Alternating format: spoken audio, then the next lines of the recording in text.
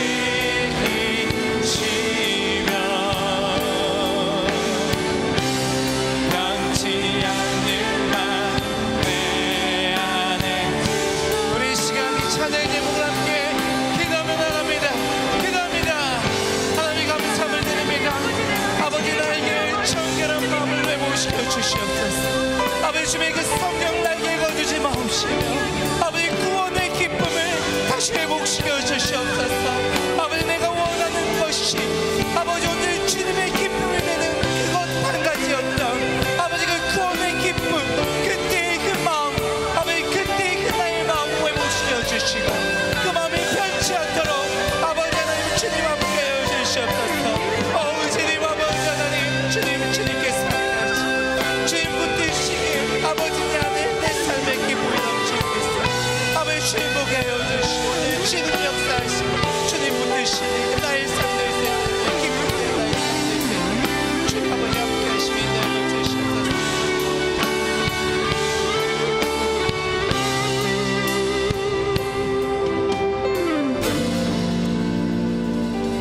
주님 내가 주님의 기쁨이 되기 원합니다. 아버지 내 안에 주님을 향한 그 구원의 기쁨을 회복시켜 주셔서 온전히 주님의 기쁨이 되는 나의 삶, 우리의 삶, 우리 빛내리 교회 드릴 수 있도록 주님 함께 하시고 인도하여 주시옵소서.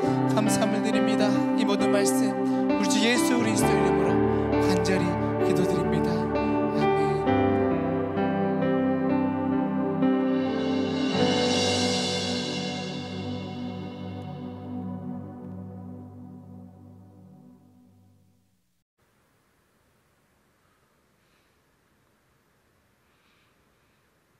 어느덧 세월이 흘러서 11월의 첫 번째 수요일이 되었습니다.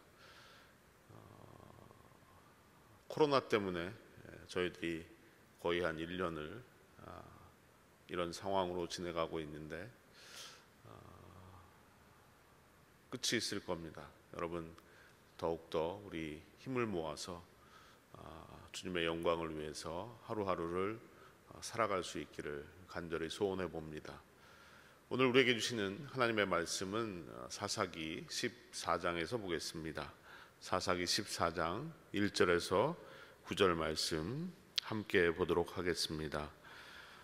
화면을 보시거나 여러분들이 준비하신 성경책을 가지고 함께 읽어 내려가도록 하겠습니다. 사사기 14장 1절에서 9절입니다.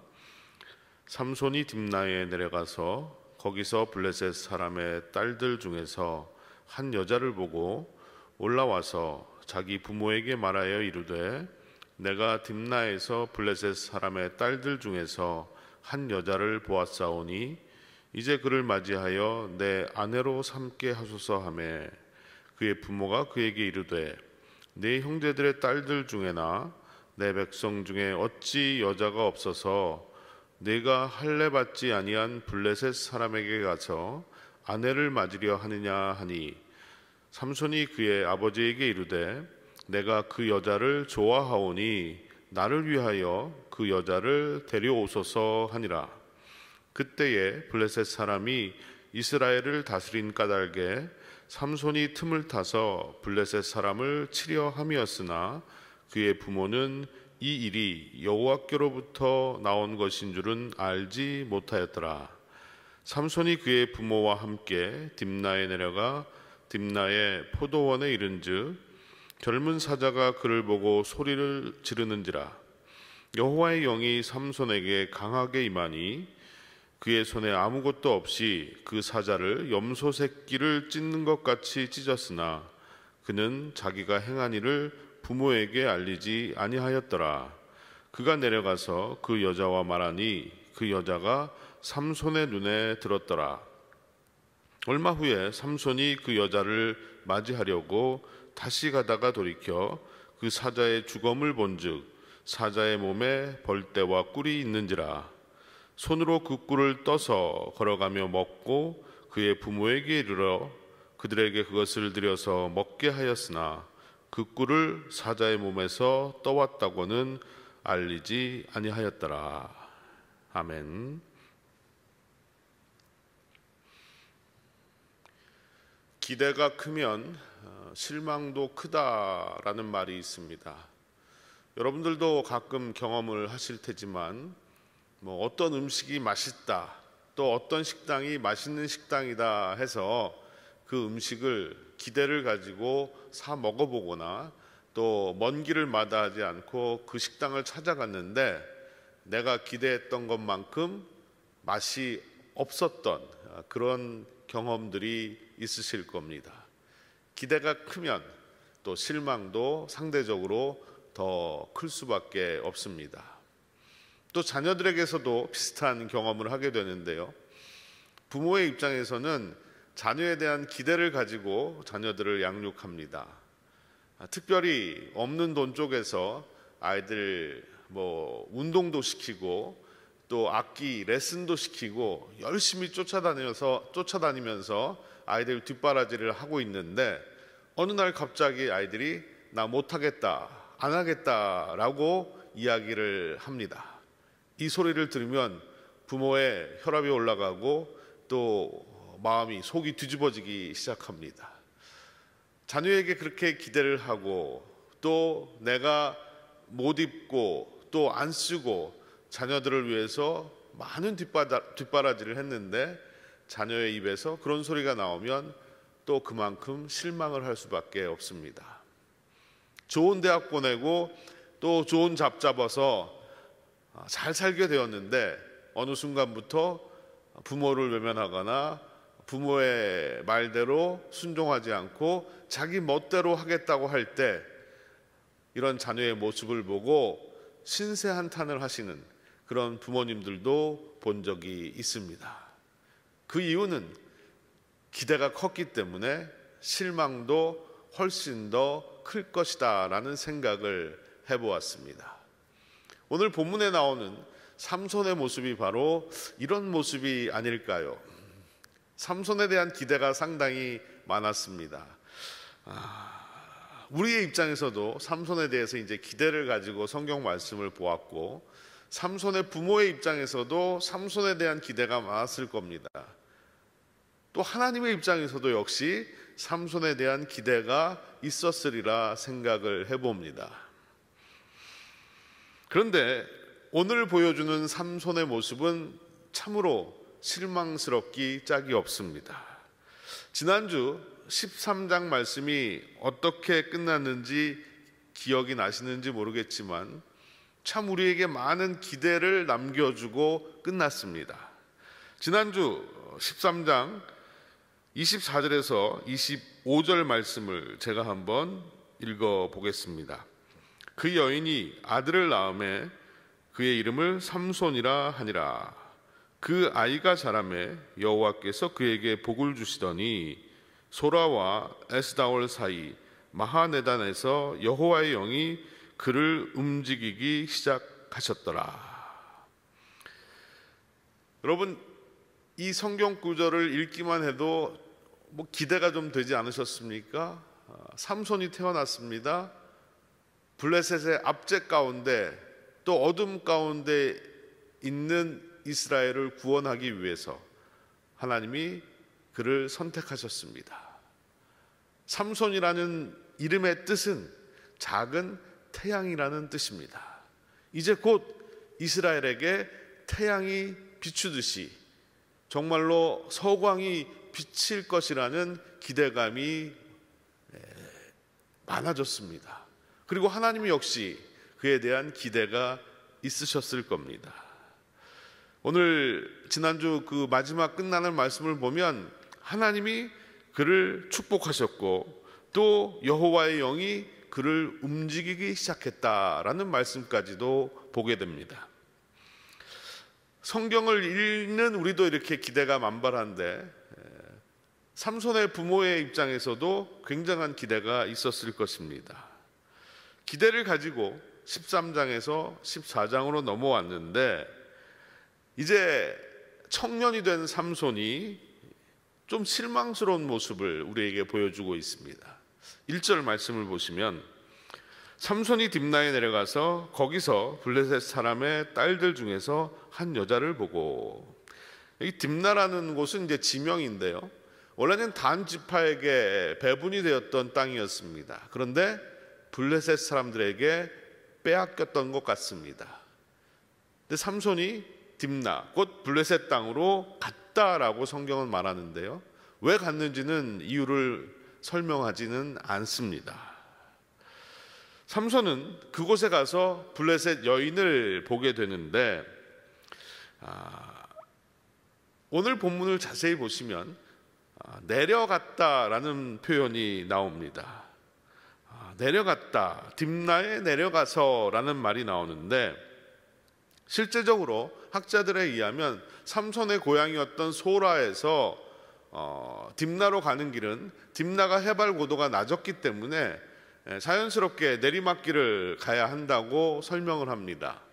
그런데 단지 그 지리적으로 그가 내려갔다라는 의미만은 아니라는 거죠. 오늘 성경에서 내려간다라는 이 표현은 당시 삼손의 영적인 상황을 대변하고 있는 그런 표현이다라고 보면 좋을 것 같습니다. 오늘 본문을 잘 보시면 이 내려간다는 말이 반복되고 있습니다. 그리고 내려갈 때마다 무슨 사건이 생깁니다. 5절에도 보시면 내려가라는 말이 나오고요, 7절에도 내려가서라는 말이 나옵니다. 지금 삼손은 계속해서 영적으로 내리막길을 걷고 있다는 것을 우리에게 시사해 주고 있습니다. 이런 삼손이 블레셋 땅에 가서 한 여인을 보고요, 첫눈에 반해버립니다. 그리고 돌아와서 부모에게 저 여자와 나는 결혼을 시켜주십시오라고 요청을 합니다. 2절 말씀을 한번 보겠습니다. 올라와서 자기 부모에게 말하여 이르되 내가 딥나에서 블레셋 사람의 딸들 중에서 한 여자를 보았사오니 이제 그를 맞이하여 내 아내로 삼게 하소서 하매. 우리가 다 아는 것처럼 당시에는 지금과는 달리 결혼을 하기 위해서는 반드시 부모의 허락이 있어야 하는 것이고, 부모가 인정을 해주고 또 결혼을 시켜주어야만 결혼이 가능했습니다. 그래서 부모에게 결혼을 허락해 줄 것을 요청하고 있습니다. 그런데 그 결혼에는 아주 중대한 문제가 있었기 때문에 삼손의 부모는 그 결혼을 허락해 줄 수 없다라고 말합니다. 어떤 문제가 있었을까요? 먼저 3절 전반부를 한번 보겠습니다. 그의 부모가 그에게 이르되 내 형제들의 딸들 중에나 내 백성 중에 어찌 여자가 없어서 내가 할례 받지 아니한 블레셋 사람에게 가서 아내를 맞으려 하느냐 하니. 결혼을 허락할 수 없는 이유가 삼손이 결혼을 하겠다라고 한 그 여인이 할례 받지 않은 블레셋 사람이기 때문이었습니다. 여러분, 이 할례는 사실 남성들에게 행하는 예식이었습니다. 하지만 이 말은 상징적인 의미를 가지고 있는 겁니다. 유대인과 이방인을 구별하는 상징이 바로 할례였습니다.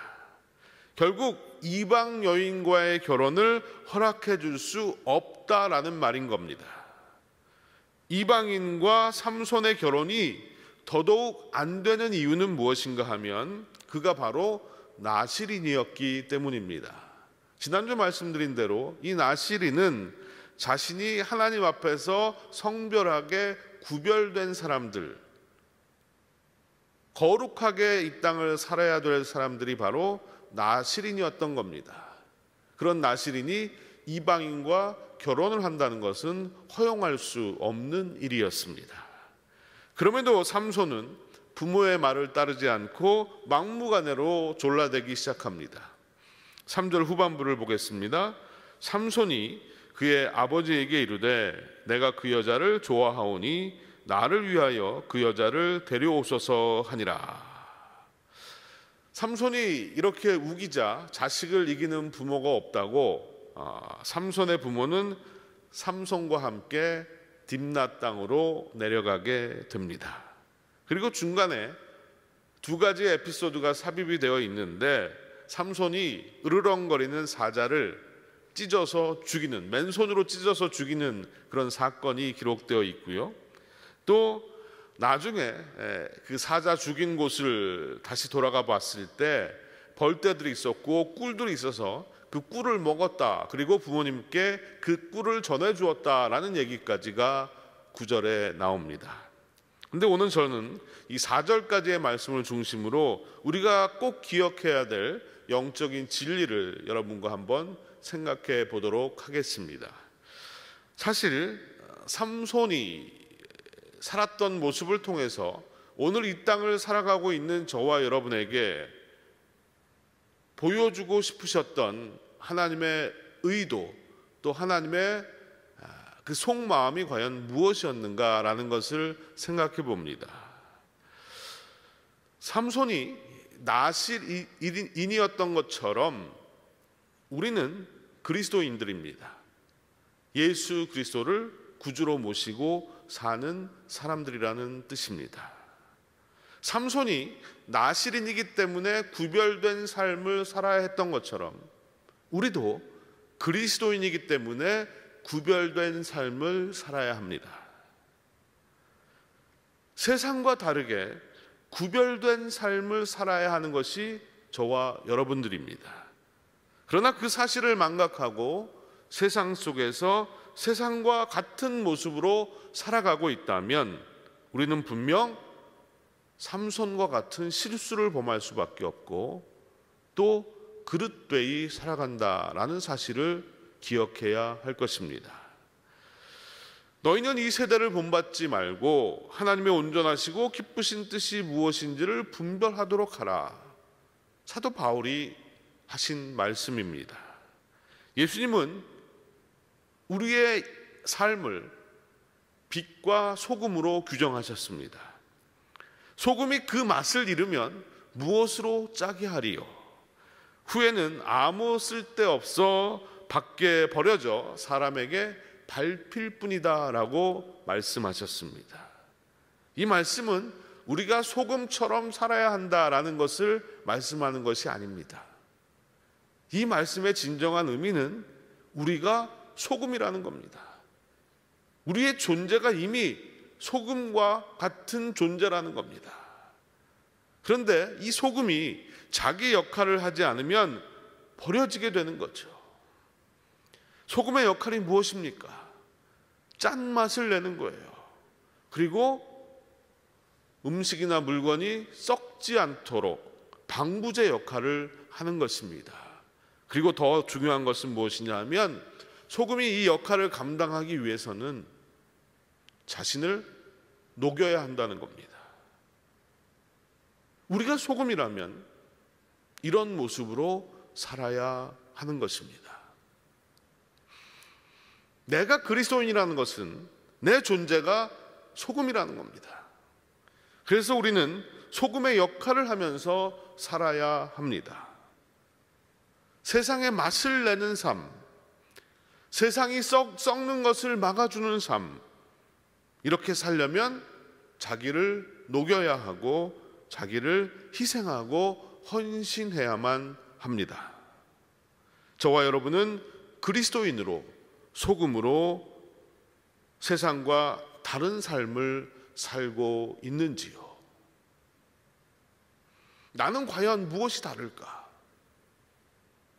단지 일주일에 한 번 교회 나와서 예배를 드리는 것, 그나마 요즘은 코로나 바이러스 때문에 온라인으로 예배 드리는 것, 그것이 세상 사람들과 나와의 차이점의 전부입니까? 만약 그렇다면 지금 나는 영적인 내리막을 향하고 있는 것입니다. 여러분, 세상과 다른 마음으로 살아갑시다. 말씀과 이익이 부딪힐 때 말씀을 따르는 삶, 거짓과 진실이 마주할 때 진실을 붙잡는 삶, 나눔과 소유가 부딪힐 때 나눔을 선택할 수 있는 삶, 이렇게 살아야 될 이유가 있다면 우리는 구원 얻은 하나님의 백성들이기 때문입니다. 또 하나님이 우리를 빛으로 소금으로 부르셨기 때문입니다. 그리고 내가 나를 내려놓는다 할지라도 하나님께서 나를 지키시고 인도하신다는 믿음 때문입니다. 세상 사람들이 사는 대로 살아야 뒤지지 않고 지지 않고 잘 살 수 있다라고 생각하십니까? 결코 그렇지 않습니다. 그것이 아닙니다. 우리는 세상 사람들처럼 살아야 하는 것이 아니라 그리스도인답게 살아야 하는 것입니다. 말씀대로 사는 것이 잘 사는 것입니다. 오늘 삼손의 모습을 보며 다시 한번 나 자신의 모습을 바라보고 그리스도인됨을 지켜갈 수 있는 저와 여러분이 되기를 간절히 소원합니다. 또 한 가지 우리가 기억해야 되는 진리는 무엇이냐? 그것은 나를 부르신 사명을 따라서 살아야 한다는 것입니다. 오늘 삼손의 모습을 가만히 보시면 두드러진 특징이 하나 있습니다. 그것은 내 눈과 내 생각을 따라서 살았다는 것입니다. 계속해서 등장하는 말이 나라는 말입니다. 나라는 말. 철저하게 자기 중심으로 말하고 생각하고 행동합니다.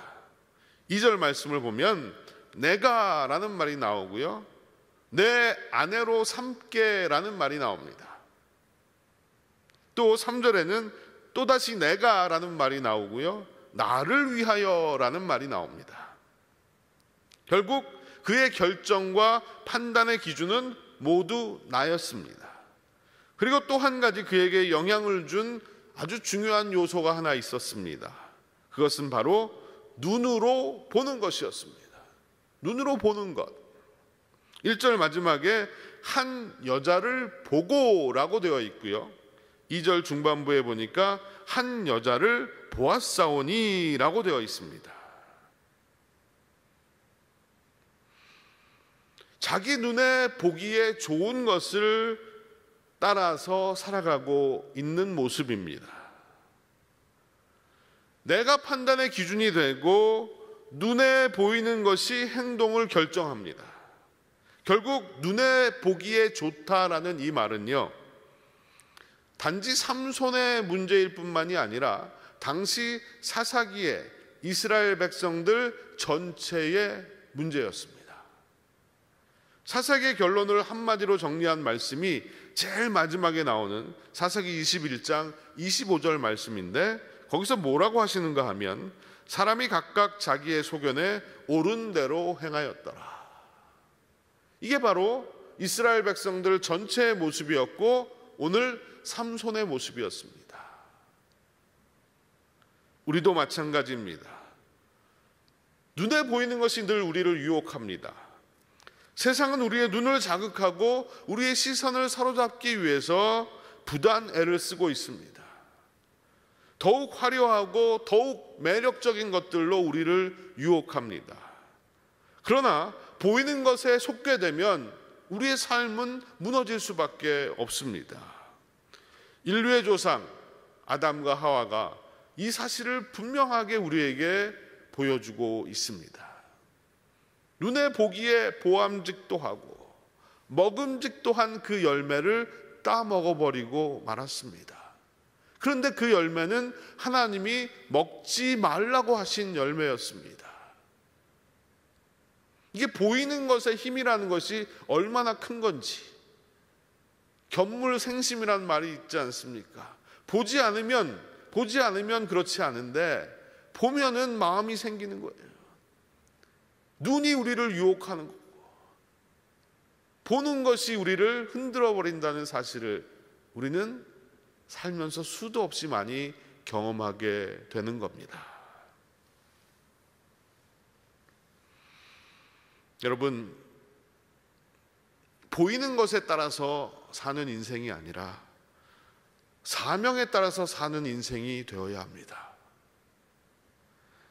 삼손은 자기를 부르신 하나님의 사명을 망각했습니다. 블레셋 사람들의 손에서 이스라엘을 구원하라는 사명을 그에게 주셨음에도 불구하고 그는 오히려 죄악 가운데로 들어갑니다. 블레셋 여인과 결혼을 해서 같은 죄에 물들어 버리고 말았다는 사실입니다. 우리도 하나님이 나를 부르신 목적, 나를 이 땅에 존재하게 하신 이유가 분명히 있는데 내 눈에 보기에 좋은 것만을 따라서 또 그것을 위해서만 살아간다면 삼손과 전혀 다를 바가 없을 것입니다. 우리를 부르신 사명에 충실하게 살아가야 합니다. 내 눈에 보기에 좋은 것이 무엇입니까? 나의 눈을 자극하는 것들이 무엇입니까? 어쩌면 그것들은 내 인생의 방해거리들입니다. 내 인생에서 치워버려야 할 장애물들일지도 모릅니다. 여러분, 눈에 보이는 것이 전부가 아닙니다.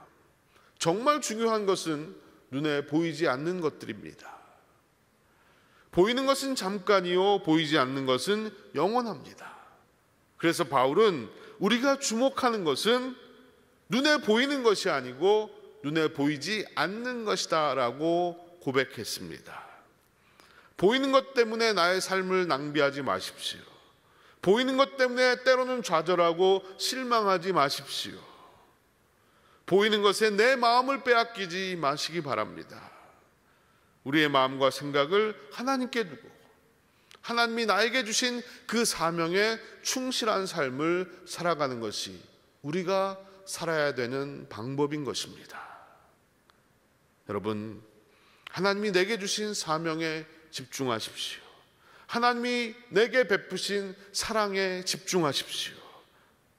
이것이 바로 영원하지 않은 이 땅에서 영혼을 품고 살아가는 우리들의 모습이어야 하는 것입니다. 마지막으로 한 가지 더 생각해 보려고 하는 것은요, 인간의 실수와 실패마저도 선하게 사용하시는 하나님의 모습입니다. 4절 말씀은 좀 이해하기 어려운 구절인데요, 먼저 제가 한번 4절을 읽어보도록 하겠습니다. 그때 블레셋 사람이 이스라엘을 다스린 까닭에 삼손이 틈을 타서 블레셋 사람을 치려 함이었으나 그의 부모는 이 일이 여호와께로부터 나온 것인 줄을 알지 못하였더라. 이 말씀을 왜 이해하기가 좀 어렵냐 하면 한글 번역이 좀 애매하게 번역되어 있기 때문입니다. 삼손이 틈을 타서 블레셋 사람을 치려 했다라는 이 표현이 조금 문제가 됩니다. 히브리어 본문에는 삼손이 틈을 탄 것이 아니라 삼손이라는 이 단어 대신에 3인칭 대명사 그라는 표현을 했습니다. 그래서 학자들은 그라는 말이 삼손을 의미하는 것이 아니라 여호와 하나님을 의미하는 것이다 라고 생각합니다. 그래서 이렇게 번역이 될 수 있는 거죠.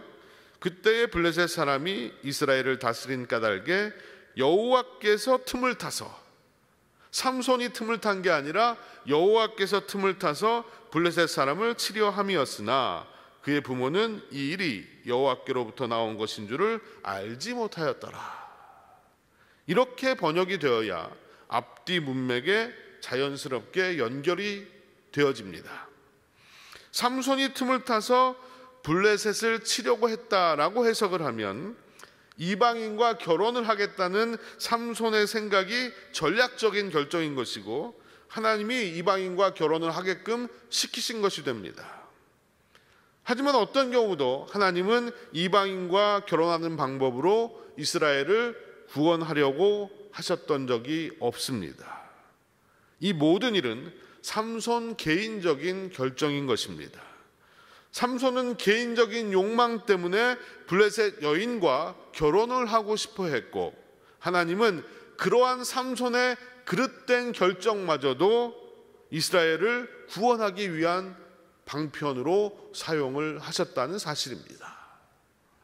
이렇듯 부족함과 연약함을 가지고 자기의 욕심대로 행하는 삼손을 여전히 사용하시고 삼손의 그릇된 결정마저도 선으로 바꾸시는 그 하나님이 바로 우리가 믿는 하나님이십니다.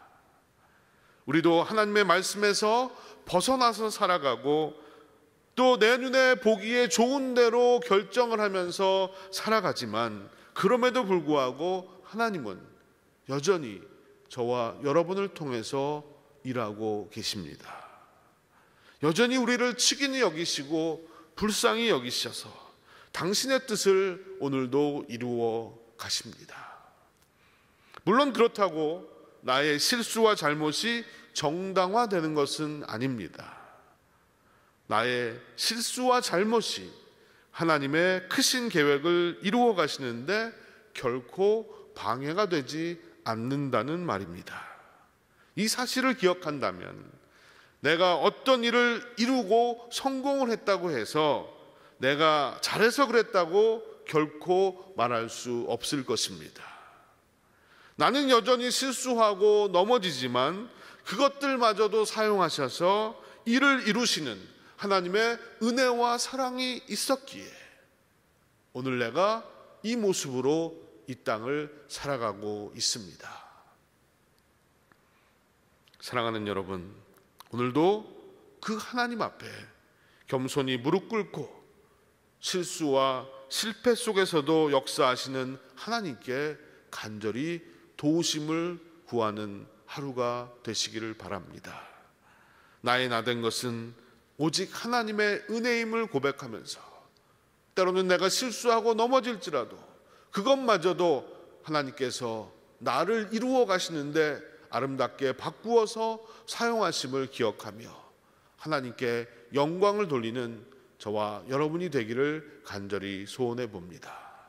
오늘 삼손의 말씀을 통해서 다시 한번 우리가 잊지 말고 기억해야 되는 것은 우리는 그리스도인이고 그리스도인은 세상과 구별된 다른 모습으로 살아야 되는 존재라는 것, 그리고 내 눈에 보기에 좋은 대로 살아가는 존재가 아니라 하나님께서 나에게 주신 사명을 따라 말씀을 따라 살아가는 존재라는 것을 다시 한번 확인했으면 좋겠습니다.